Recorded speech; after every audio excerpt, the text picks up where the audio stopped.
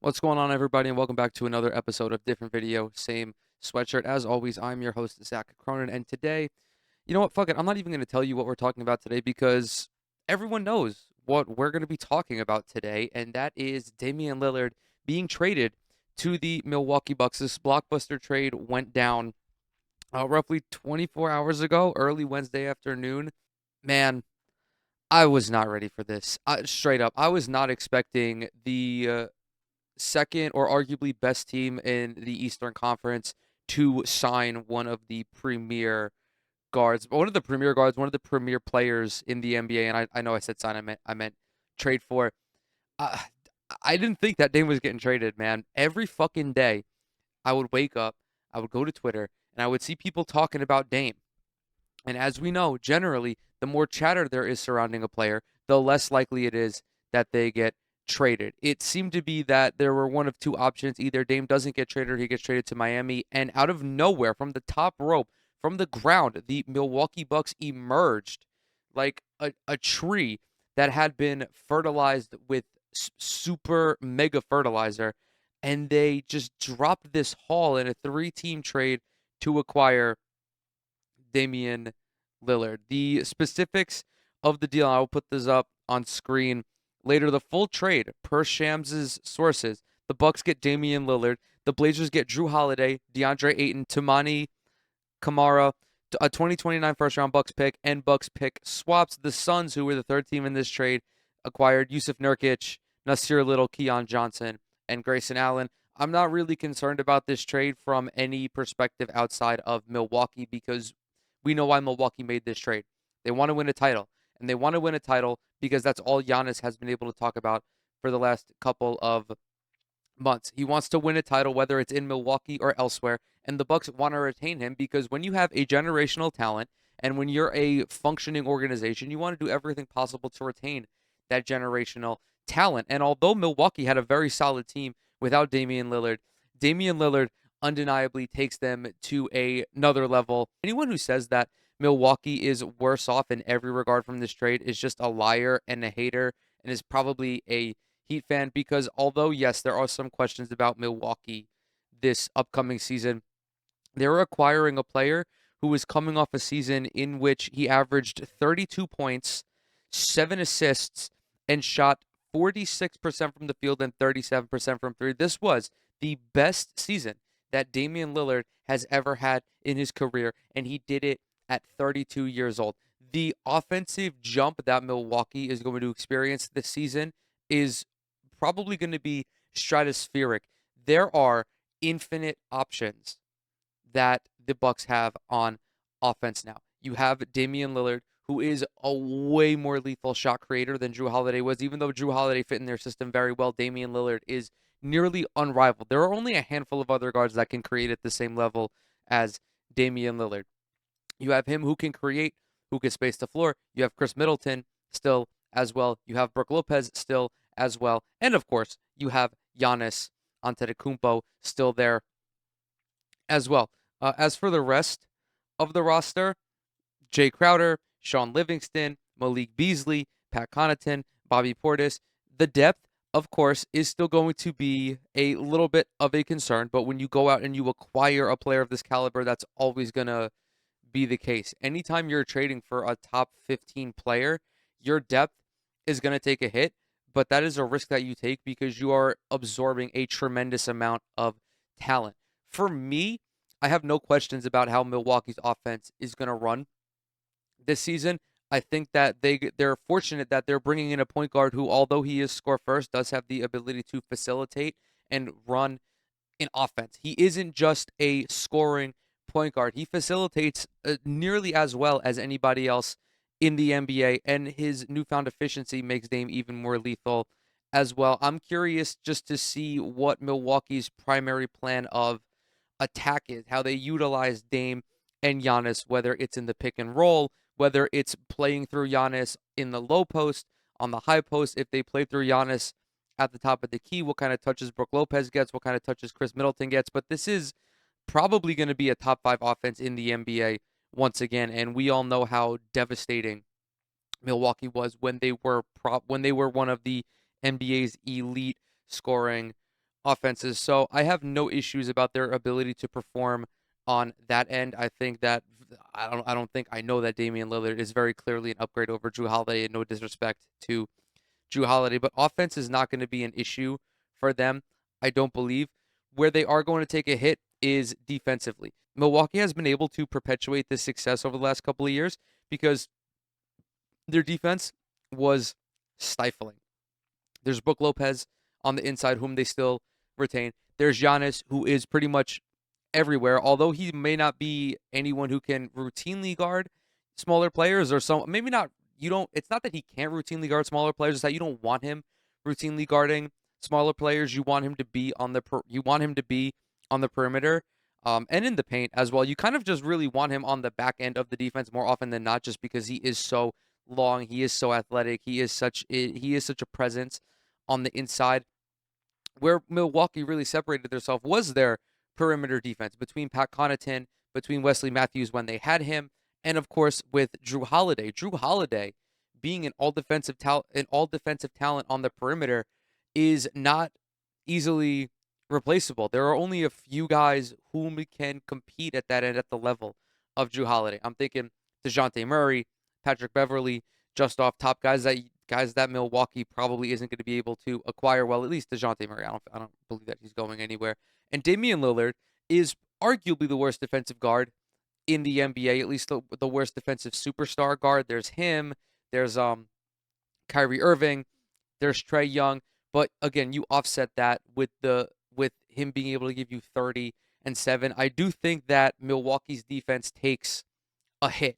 They were the fourth most efficient defense last season.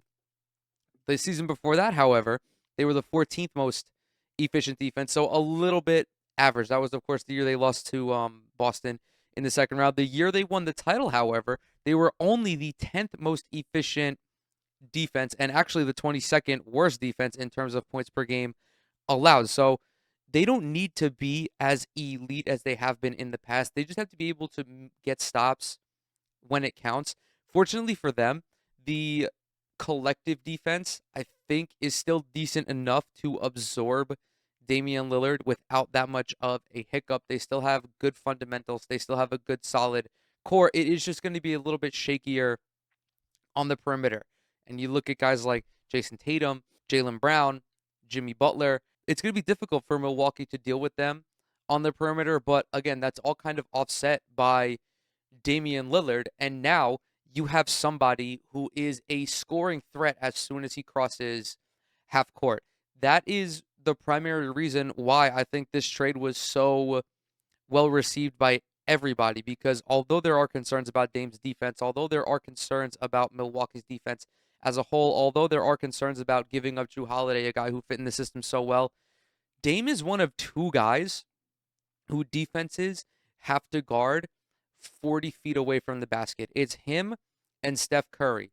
That is such a shock for teams to deal with. And it is such a pain in the ass also for teams to deal with that. Again, you can really do whatever you want on offense so long as you have the talent. I mean, Dame was putting up these numbers on a Trailblazers team that does not even sniff the toenail clippings of the Milwaukee Bucks. Now imagine what he's going to do alongside Giannis. Imagine what he's going to do alongside another 20-point per game scorer in Chris Middleton.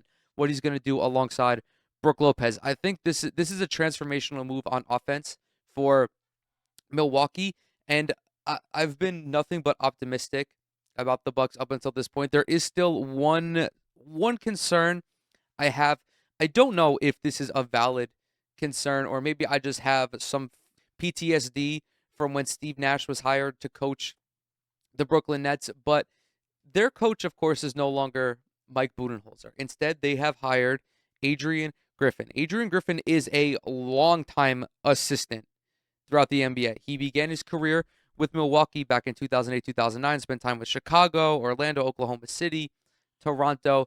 He's well traveled. He's got what, like 13 years in the league or so, 14 years, something like that. So it's obviously way different than the Nets hiring Steve Nash, a guy who not only had no coaching experience, but had minimal experiences within an NBA organization outside of being a player. You know, Nash, of course, spent a couple of years as a consultant with the Warriors, but that doesn't really, like, who gives a fuck about that? A consultant for the Warriors isn't really like a legitimate job in the NBA. But regardless, yes, Adrian Griffin is a very long tenured head coach, or a long tenured assistant coach, pardon me, but there is still a bit of a stigma attached to rookie head coaches, at least for me. And again, I recognize that this is potentially the PTSD that I have with Steve Nash, but it's not going to be easy for Griffin to slide into this role with multiple superstars at the helm and immediately start competing for titles. Maybe I would be a little more optimistic if he had been one of Mike Budenholzer's assistants. I'm thinking of someone like Nick Nurse, who was with the Raptors and then got promoted in the wake of Dwayne Casey and went on to win a fucking championship in his first season. And mind you, he had been less tenured than Adrian Griffin is now. But yeah, I'm still a little reluctant about him. I'm still a little reluctant in regards to Adrian Griffin, but maybe not as bad with Steve Nash, because at least Griffin is coming from a coaching background. He's a guy who's been in locker rooms. He's a guy who knows how to deal with players in various situations. He's a guy who knows how to deal with the X's and O's, with, again, all the things that go on behind the scenes. But I think overall, this was a spectacular trade for Milwaukee. All things considered, I think they got off, like, I think they got Dame for a very decent price. Obviously, they had to mortgage a guy like Grayson Allen. They traded Drew Holiday, which was huge. But again, Dame is a clear upgrade over him. I also, unfortunately, I don't know how many picks were involved. I'm trying to figure that out because Shams mentioned only um, two. The Bucks are sending Portland their 2029 first and draft swaps in 2028, 2030. So they got off with 3 picks, which for Damian Lillard is fucking incredible. I missed that little detail when I was prepping for this. The fact that they got Dame for basically Drew Holiday in 3 picks is incredible. You look at like the Kevin Durant trade, for example, it was Mikal Bridges, pardon me. It was Mikal Bridges and Cameron Johnson, and I think 4 picks. And obviously KD is KD. This guy is, top 10 in the league, but Dame isn't that far off. So a fucking home run deal for Milwaukee. I think they are very clearly, maybe not very clearly, I think they have earned the right to be the best team in the East. I'm not so sure about them being title favorites. I saw DraftKings had them leapfrogging the Denver Nuggets as title favorites. I'm not so sold on that. I think Denver should, as the reigning champion, be favored to win the title again. But bang up trade for the Bucks. I think in a few days we're going to talk about how this was kind of a strange trade for Phoenix, how they traded away DeAndre Ayton for Bosnian DeAndre Ayton. Yeah, we'll see how that one works. If I had to reckon why they did that, it's that Nurkic historically has been like a competent player on offense before he suffered that catastrophic leg injury a couple years ago. This guy was averaging like 18, 10, and 4. So a very good playmaking center, is decent around the basket as well as a rim protector. Although I don't know if he's like, I don't know if I would consider him an elite defender, but certainly a good shot blocker at times. Of course, that was pre-leg injury. So we'll see how that goes. I think that the Suns are just betting on Nurkic's ability to help on offense, because that's pretty much where DeAndre Ayton failed. Not catastrophically, but he was a very one-dimensional player. At least Nurk historically, again, has proven to be someone who can post up, who can play make as well. But yeah, I don't really think this was a particularly good trade for the Suns, but also they have Kevin Durant, Bradley Beal, and Devin Booker. So I think they're going to be just okay. And with that, I'm going to go ahead and close this video out. Thank you guys so very much for coming to hang out with me today. As always, everything I'm associated with is down in the description box below. Twitter, Instagram, TikTok. Subscribe to the channel. Leave a like on this video if you enjoyed it. Leave a comment as well. It really helps out with the algorithm. And with that, we'll catch y'all in the next one.